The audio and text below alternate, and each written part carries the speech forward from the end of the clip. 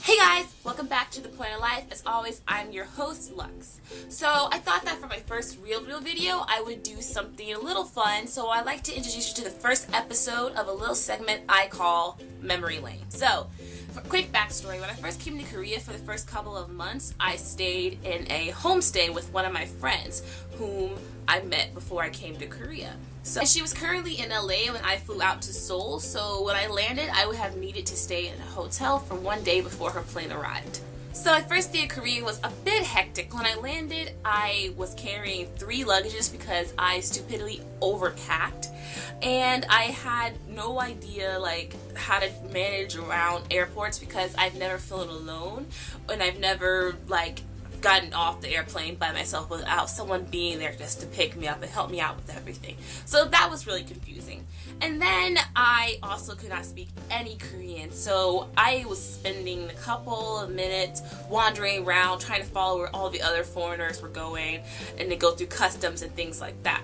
So that was really difficult. But then when I finished that and I went and I figured out how to exchange my money that I had in US dollars into Korean won, I thought, okay, I can do this.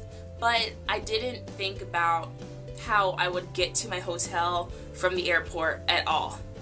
So you see, I couldn't speak any Korean, really. I couldn't even read the Korean alphabet at all. I poorly thought it out.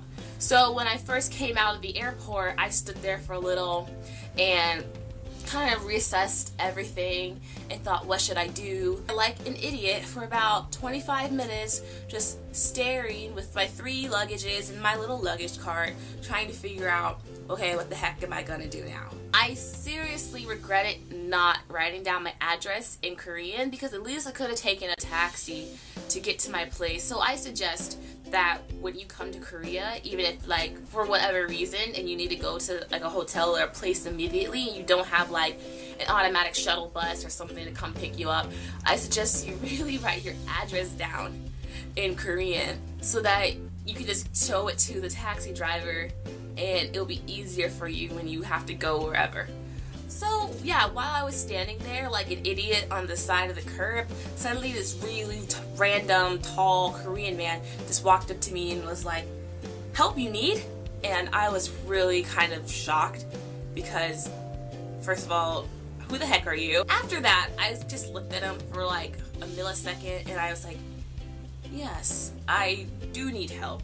And then I proceeded to tell him that I was staying at this hotel with this certain name and I didn't know how to get there. And then he was like, oh, I'll help. And I thought, oh, this man's gonna help me get a taxi, it's gonna be great.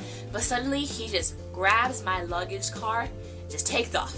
Now, if you know me well, which most of you probably don't, but I hate sporadic running. The idea of me being in one situation, calm and relaxed, and just walking, and then breaking into a sudden motion and chasing down somebody or just running for leisurely purposes. No, I dislike that. So my property and my luggage, and I couldn't even speak the language, so I just kicked into gear and chased after him, catching up to the man, and I grabbed him by the shoulder and I was about to release all hell on him, where he suddenly was like, what's wrong? I'm just trying to help you. And I was like, what the heck are you doing with my stuff? You just can't take my stuff. And then he said, no, I'm a shuttle bus guy. I'll take you to your hotel. And I just looked at him like, why the heck did you not say these things before when you just took my stuff and just ran away? I was already really panicking on the inside because I was like, I'm not sure what's happening at all.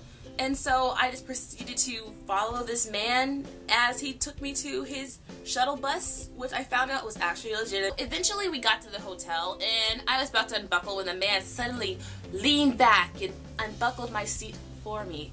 I was frozen with shock because I could not tell whether in Korea that's considered courtesy or chivalry or it was considered sexual harassment. Hey guys, you know when your camera decides to cut off and then you lose your earring when you run out to go get batteries and you can't remember where you put it? Yeah, that's my kind of luck. Midday, I suddenly realized that I was indeed hungry. So then I decided that I'd venture outside, and boy was that interesting. Actually, it was more embarrassing than interesting. Basically, my goal was to survive off of anything I could find in the Pyeongjam, which I had seen when we were driving to the hotel. So I ventured outside and I walked and I found it. And then when I entered it, I realized that my quest was harder than I expected. Everything was in Korean and I had no idea what things were. I saw the Holy Grail, banana uyu, and just the heavens came down. I found you! I turned around and I ran into the Pringles, which were twice the price as what they are in America, but at this time they were the only thing that was familiar to me, so I took that I would have to use my Korean to speak to the ajumma who was checking out my stuff. I thought, you can do this. You can speak. You know how to say 네, 안녕하세요, 감사합니다. You know how to say that stuff. So no problem. But the ajumma obviously decided not to go along with the plan and wanted to have a conversation with me. And she started speaking to me, and now that I think about it, I understand what she said and I remember. And she just said things like complimenting me or asking me where I was from, and I just kept saying 네, 감사합니다. 네, 감사합니다. 네, 감사합니다. And I thought, hopefully everything that she was asking me was just a yes and a no, but I realized that when someone says what country are you from and you say yes, that's obviously even more embarrassing to show my stupidity and my lack of Korean. And I just want to go back to that Pyeongjam and be like, Ajumma, I can speak Korean now. I can talk to you. I'm so sorry. I was like an idiot then. But I also never want to go there and show my face again. So that was pretty interesting. I mean, it's really embarrassing, but I enjoyed it, and I look back on it, and I cringe, and then I laugh, and then I cringe some more, and I think, oh, don't ever. You guys can take away anything from this video is please study the language before you come here. Please, like, learn how to say the alphabet, learn how to read things, learn phrases, learn how to write it so you can just copy the address of your hotel, or understand how to say things, or to give things or directions to the taxi driver. So yeah, guys, this is the first episode of Memory Lane, and if you liked it, then leave a like and leave a comment down below if you think I should continue it, or you guys have anything else that you want me to discuss about. And please be sure to subscribe if you enjoyed my content, if you want to be updated for when I post some more. Thanks guys, and I'll see you next Wednesday. Have a nice life. Bye.